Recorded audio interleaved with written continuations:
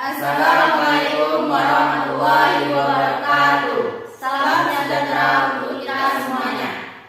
Insinyur Joko Widodo adalah Presiden ke-7 Republik Indonesia yang mulai menjabat sejak 20 Oktober 2014. Lahir di Surakarta, Jawa Tengah pada 21 Juni 1961. Joko Widodo pertama kali terjun ke pemerintahan sebagai Wali Kota Surakarta pada 28 Juli 2005 hingga 1 Oktober 2012. Bapak Joko Widodo sendiri sudah menjabat sebagai Presiden Indonesia dalam 2 periode.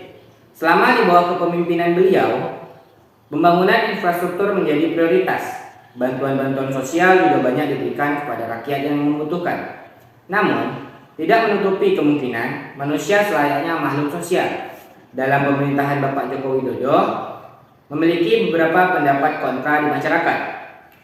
Maka dari itu, saya, Duha Fatihul Burhan, Ade Mezatul Aisyah, Marhayati, Winda Zahara, Halsi Masyara, dari kelompok 7 akan membahas kritikan mengenai pemerintahan Presiden Joko Widodo lebih kurang dalam 7 menit ke depan. Dimohon teman-teman agar menyimak video ini dengan saksama dan memberikan pendapat baik berupa saran dan masukan ketika penjelasan selesai nanti. Selamat menyaksikan. Pada masa pemerintahan Bapak Joko Widodo selama 2 periode, terdapat beberapa hal yang membuat masyarakat geram. Di antaranya, pertama, pelanggaran HAM masa lalu yang tidak kunjung dituntaskan. Kedua, kebijakan-kebijakan yang merugikan rakyat. Yang ketiga, julukan the king of lip service. Keempat, utang negara membengkak. Kelima, pemindahan ibu kota negara. Keenam, pemerintahan dianggap mirip Soeharto. Pelanggaran HAM masa lalu tidak kunjung dituntaskan. Komitmen Jokowi untuk menyelesaikan pelanggaran HAM berat masa lalu diungkapkan dalam sejumlah kesempatan. Pertama, saat kampanye pemilihan presiden Pilpres 2014, Jokowi berpasangan dengan Yusuf Kala. Saat itu, berjanji menyelesaikan kasus-kasus pelanggaran HAM berat masa lalu dan tercantum dalam agenda prioritas Nawacita. Kemudian, dalam debat Pilpres 2019, Jokowi bersama Ma'ruf Amin mengakui penyelesaian HAM berat masa lalu belum selesai dan berkomitmen jika terpilih untuk menuntaskan persoalan tersebut. Tidak hanya itu, saat Hari HAM Sedunia Desember tahun lalu, Jokowi kembali berjanji akan menuntaskan kasus pelanggaran HAM masa lalu. Kemudian disambung dengan pidato Jokowi Rapat Kejaksaan Agung 14 Desember 2020 yang direspon oleh pembentukan Satuan Tugas Pelanggaran HAM Berat. Namun ucapan berbeda dengan tindakan. Kasus pelanggaran HAM berat masa lalu semakin berkarat dan mengalami kemunduran di era Jokowi bahkan lebih menyeramkan dibandingkan periode sebelumnya. Jokowi bahkan mengangkat para terduga pelanggar HAM berat masa lalu menjadi pejabat di lingkarannya. Jokowi memberikan gelar bintang jasa utama kepada Enrique Guterres yang diduga terlibat dalam pelanggaran HAM berat di Timur Leste. Lalu, 2 anggota tim Mawar atau penculikan aktivis 1998 direkrut sebagai pejabat eselon di Kementerian Pertahanan. Riset Komisi Nasional Hak Asasi Manusia dan Litbang Kompas tahun 2019 pernah mengungkapkan mayoritas masyarakat menilai pemerintahan Jokowi Ma'ruf Amin kesulitan menyelesaikan kasus-kasus pelanggaran HAM masa lalu karena ingin menjaga harmonisasi politik atau nuansa politis. Berdasarkan hasil riset itu, 73,9% responden menganggap nuansi politis menjadi hambatan utama. Selain itu, 23,6% beranggapan Presiden tidak memiliki kemampuan untuk menyelesaikan masalah kasus HAM masa lalu dan hanya 2,5% menjawab tidak tahu. Korban pelanggaran HAM berat pada 1965 sampai 1966, Bejo Untung mengatakan, 7 tahun menjabat, Jokowi tidak berbuat apa-apa dalam menyelesaikan pelanggaran HAM masa lalu. Yang kedua, kebijakan yang merugikan rakyat. Tak hanya krisis kesehatan, namun pandemi COVID-19 juga turut berdampak pada perekonomian. Banyak usaha merugi dan masyarakat yang kehilangan pekerjaan. Ekonomi Republik Indonesia merosot tajam pada kuartal 2 2020 ke minus 5,32%. Namun, pada masa sulit ini, pemerintahan Joko Widodo justru melahirkan sejumlah kebijakan kontroversial. Kebijakan tersebut diantaranya, yang pertama, Perpu COVID-19. Presiden Jokowi menerbitkan peraturan pemerintah pengganti Undang-Undang atau Perpu nomor 1 tahun 2020 tentang kebijakan keuangan negara dan stabilitas sistem keuangan untuk penanganan pandemi COVID-19. Perpu COVID-19 ini ditekankan dan diumumkan Jokowi pada 31 Maret lalu, atau setelah sebulan pandemi berlangsung di tanah air. Kepala negara menyebutkan Perpu tersebut memperbankan dan mengotoritas keuangan untuk melakukan langkah luar biasa dalam menjamin kesehatan masyarakat. Namun Perpu COVID-19 menuai sorotan karena dinilai justru bisa membuka celah bagi penjabat untuk melakukan korupsi. Salah satu pasal yang dipermasalahkan adalah pasal 27 yang dianggap memungkinkan terjadinya potensi tindak pidana korupsi. Pasal 27 ayat 2 menyebutkan bahwa sejumlah penjabat yang melaksanakan Perpu nomor 1 tahun 2020 tidak dapat dituntut, baik secara perdata maupun secara pidana, asalkan dalam melaksanakan tugas didasarkan pada itikat baik dan sesuai dengan ketentuan perundang-undangan. Kemudian pasal 27 ayat 3 mengatakan segala tindakan termasuk keputusan yang diambil berdasarkan Perpu nomor 1 tahun 2020 bukan merupakan objek gugatan yang dapat diajukan ke Peradilan Tata Usaha Negara. Sejumlah pihak pun ramai-ramai menggugat Perpu tersebut ke Mahkamah Konstitusi. Meski menuai kontroversi, namun pengesahan Perpu ini tetap berjalan lancar di DPR. Pada 12 Mei, DPR melalui rapat paripurna mengesahkan Perpu 1 tahun 2020 tersebut menjadi Undang-Undang Nomor 2 tahun 2020. Alhasil, para pihak yang menggugat Perpu 1 tahun 2020 harus mencabut terlebih dahulu gugatannya karena dianggap telah kehilangan objek. Mereka lalu mengajukan gugatan kembali terhadap Undang-Undang Nomor 2 tahun 2020 dan hingga saat ini proses gugatan masih berjalan di Mahkamah Konstitusi. Yang kedua, kenaikan iuran BPJS Kesehatan.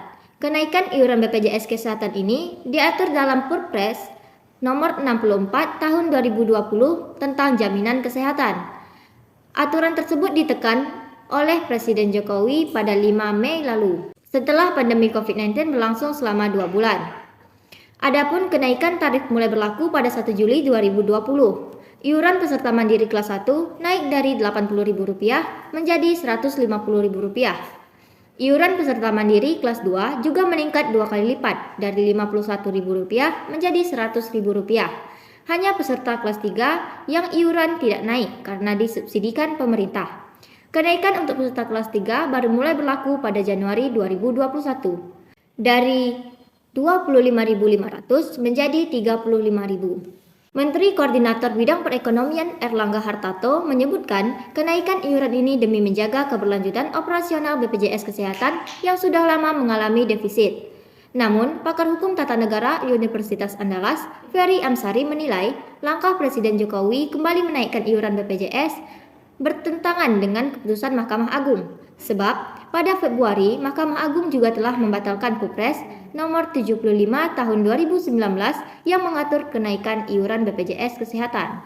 Kebijakan yang ketiga adalah Pilkada 2020. Kebijakan kontroversial selanjutnya adalah tetap menggelar pilkada di tengah pandemi COVID-19. Komisi 2 DPR dan pemerintah sepakat Pilkada 2020 tetap digelar pada 9 Desember.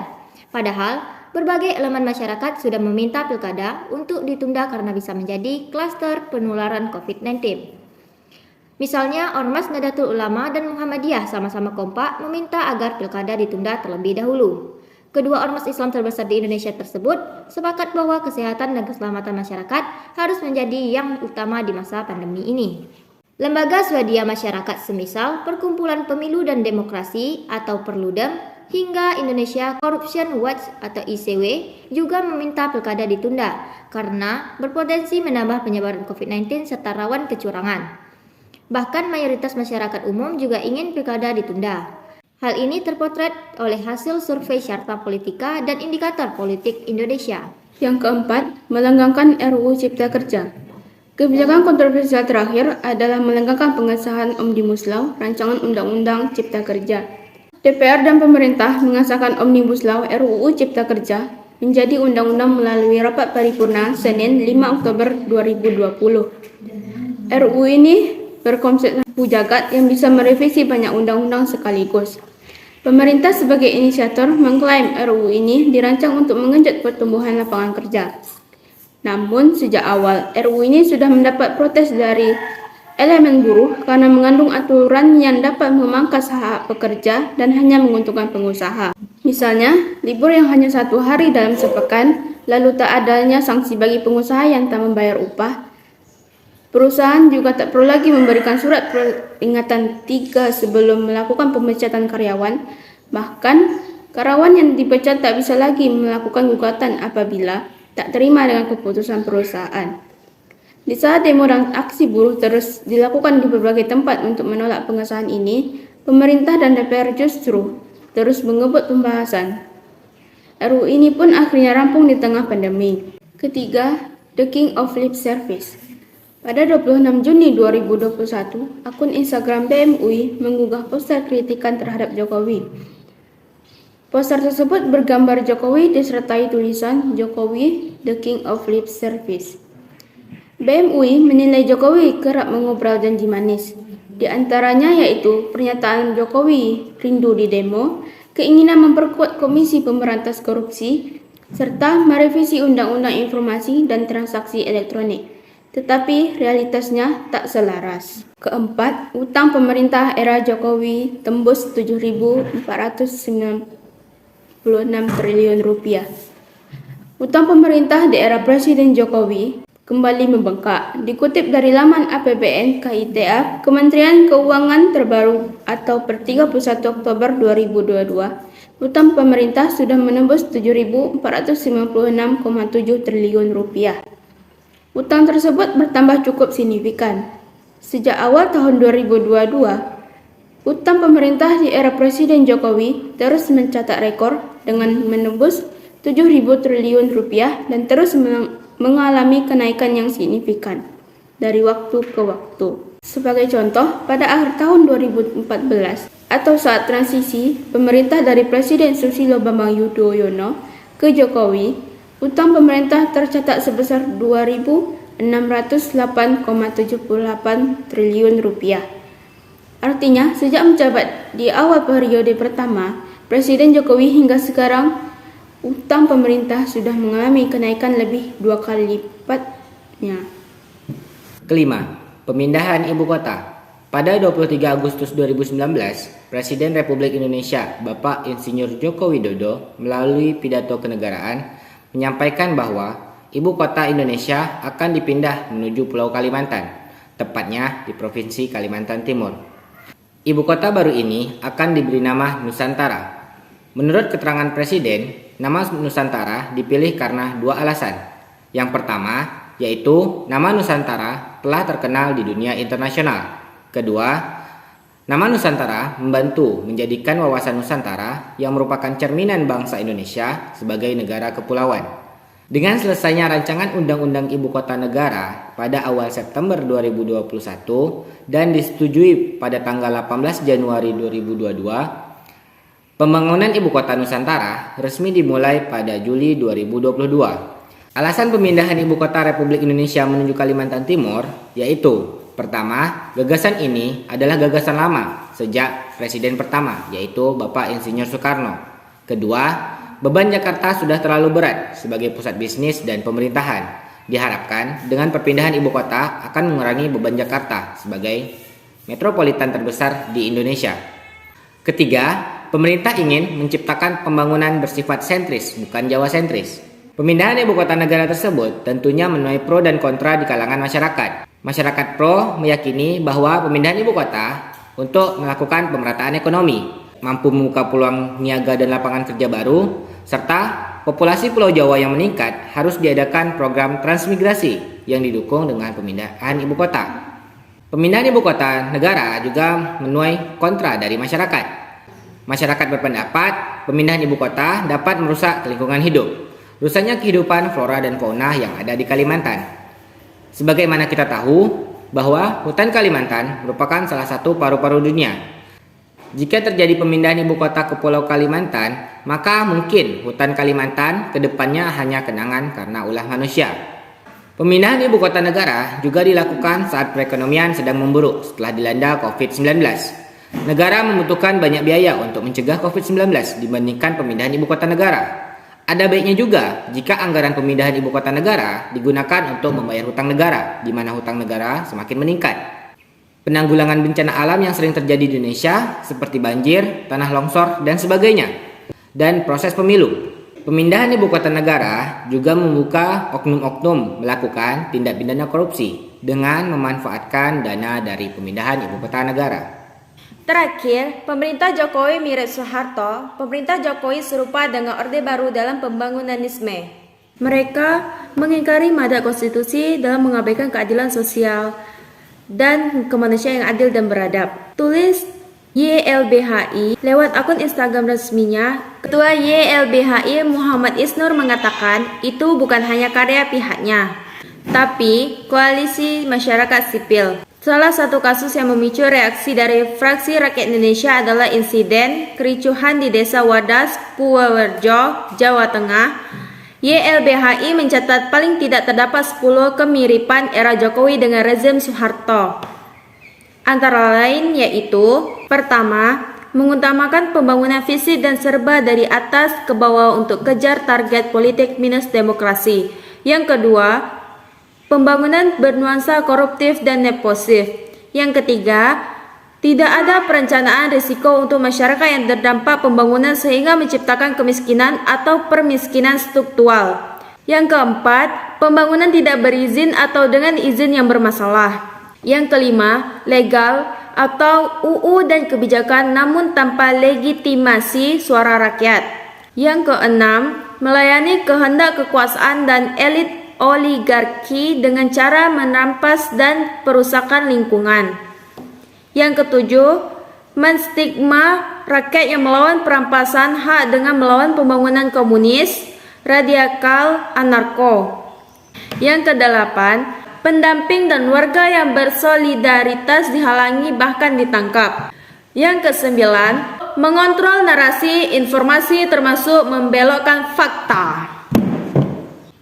Demikian kritikan yang dapat kami sampaikan. Hal ini bukan berupa kebencian, melainkan semata-mata hanya untuk melengkapi tugas sejarah Indonesia. Jika terdapat tutur kata yang kurang berkenan, kami memohon maaf sebesar-besarnya. Kami undur diri. Wassalamualaikum warahmatullahi wabarakatuh.